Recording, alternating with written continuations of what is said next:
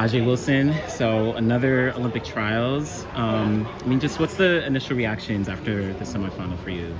I'm definitely disappointed. I was really trying to make that final.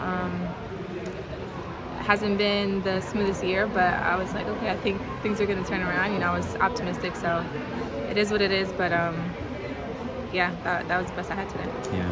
Can you talk a little bit about your year? Like, what have been some of the ups and downs that have kind of, you've been working through this year? Yeah, I think just having consistent training, like training will go great for a few weeks, then I'll be down a week or two, then up a few weeks. So it's just been hard to, I guess, just stay consistent. And, I think that's usually where I get my confidence from. That's usually like what I guess, thrive off of. So it's just been different, yeah. What are the conversations that you're having with your coach? Obviously, you've been with him since forever. Mm-hmm. Like, what are the conversations at this point in your career with him?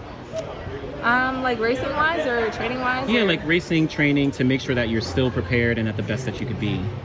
Yeah, I think racing-wise, it's always just adapting to how I'm feeling, and that's kind of been what we've done the whole time. If I'm feeling great, it's like lead. If I'm not, stick behind. The last few years have kind of just been us just being more in tune to how I feel and, looking at who's in the race and going with the best strategy. Yeah.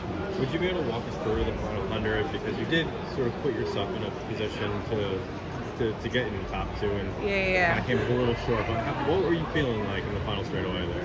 Yeah, the last stretch, I was just like, top of the turn, I was like, okay, I'm in it. I did what I was supposed to do, tactics-wise, that was what we talked about, and I felt like it was a really smart race in that way. And I was like, gun home and hold on. In the last maybe 20 meters, like I felt my legs kind of tying up a little bit, and I just tried to hold it together to the line, and it just wasn't enough today. Yeah. What's maybe like one takeaway that you'll have coming out of these trials as we look forward to the rest of the year? I think that, like, given how I'm racing, given just how the year's gone, I know when I'm, feeling like myself and doing back well again, I still believe that I can, be one of the best in the world. So I think that's the silver lining, yeah.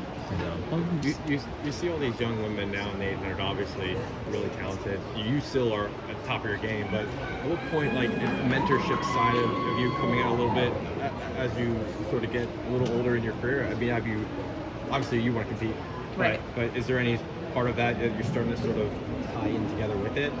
I think it's tough. I know when I first came on the scene, like Alicia and Brenda were like the top, and I think it's hard to like find the balance between being a competitor and also running with like your idols. So I try to just like, if someone seems open, like we'll have a conversation, and a couple of girls like I'm able to just talk to and connect with, and just encourage. It's a tough event, but it's a great career. It's a great opportunity, and I try to just do my best to give advice or just be a listening ear, and yeah, it's good in that way to kind of be on the other side, but also still in the mix. Yeah.